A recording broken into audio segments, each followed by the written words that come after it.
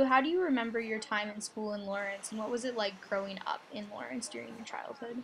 Think about growing up in Lawrence, you always think about summers in Lawrence and the Fantasy Festival. And back then, breaking was big. I know breaking is coming back, so it was different, like breakdancing.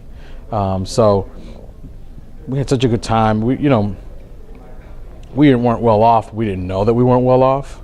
So it really didn't matter to us. We all kind of lived in the projects. We had friends living in the projects, and it was a very rich experience.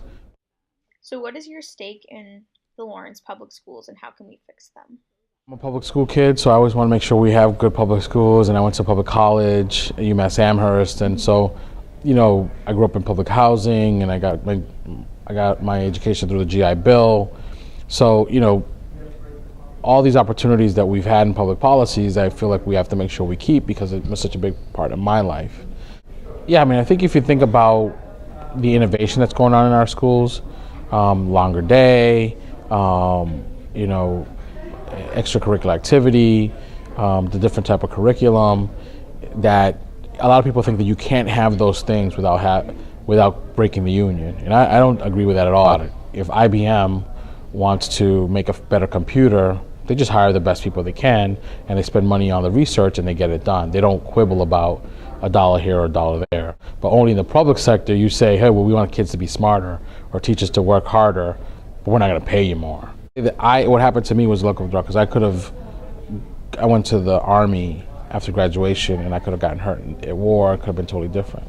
But we know that if kids get supported at home and in the classroom and after school, and could get, definitely get it encouraged, that makes a difference.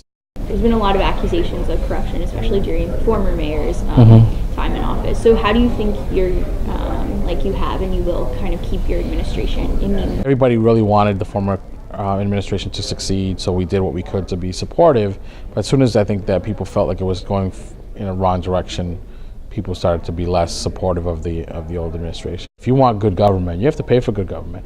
We come from a place where we know that we're going to make mistakes, and when we do, we'll fix it, so that people don't feel like people are careless with the citizens' money. People say that Lawrence is a racially divided city between whites and Hispanics, between Puerto Ricans and Dominicans.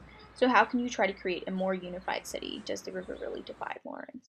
The number of Hispanic people in this community is just so big that the river doesn't really divide it. We're going to celebrate all the cultures. We just brought back the St. Patrick's Day Parade. We're trying to make the Hispanic festival the biggest Hispanic festival in the Northeast.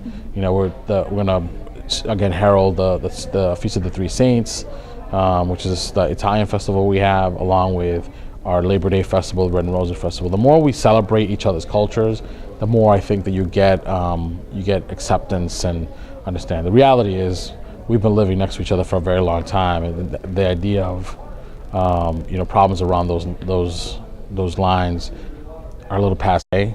Part of it is it's an easy script to do. Everybody oh, it's easy. They must be against each other, but they're really not. And the Puerto Rican and Dominican thing really changed, kind of like the Italian-Irish thing. There used to be a problem between Irish, and when they started intermarrying, all it kind of goes away. The article, Lawrence, City of the Damned, I think from the outside looking in, a lot of people still sort of think of Lawrence in that light. How are you trying to change that? So we're smiling more, and we're saying, come on down to Lawrence, everything's good, and we're a great place to be, and it's important to us to be safer, then we'll pay for that. So first of all, I'm not denying that we have a perception problem. And second of all, we're going to highlight all the good stuff we're doing. My predecessor always used to say the great city of Lawrence. And I don't ever say that, because I think when somebody says something about something being great, it's a third party that's saying that. You don't really bestow greatness on yourself. We're trying to change the story about us. The reality is that what the perception is compared to the reality is not that close. We should all be willing to risk failure for success. We're working hard at it. It's not going to be easy. Our perception is not 4 years in the making. Our perception is 20 years in the making. I'm optimistic we'll get it done.